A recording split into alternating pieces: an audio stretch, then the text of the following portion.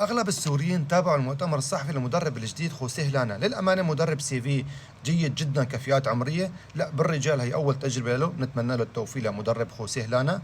ولكن المترجم خالد غنيم هذا المصري للامانه بقمه الاخلاق، سيمائهم في وجوههم، بيترجم لك بشكل صح للمدرب، ومن ثم من المدرب يترجم بشكل صح للصحفيين الموجودين هنيك.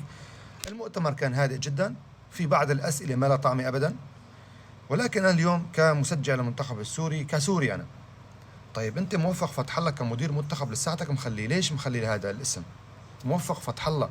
شو بيقدر يقدم لك مع هذا الكادر الجديد؟ أنت غيرت الكادر كله جديد صح؟ طيب غير مدير المنتخب، يعني 90% اللي سبب خروج المنتخب السوري بيتحملها كمان موفق فتح الله لما بيعطي إذن لهذا اللاعب اللي بيخلي هذا اللاعب هو يسيطر على باقي اللاعبين. يعني في كمان علامة استفهام كتير. ليش لحتى تعيف موفق فتح الله؟ شو السبب تعيفه؟ طيب الكادر كله راح، روحوا.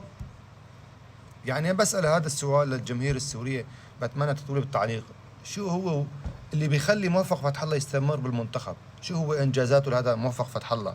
هل يا ترى موفق فتح الله لما بيروح على دول الخليج او اي دولة عربية بيستقبلوه باستقبال رحب صدر؟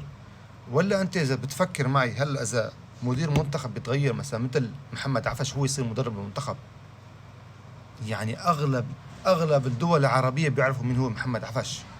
يعني لما بدخل المنتخب السوري على هذا الدول ما في كلام احكيه، بالعكس لسه غير الاتحادات بيتواصلوا مع الكابتن محمد عفش كرمال يلعب المباراه وديها مع المنتخب السوري.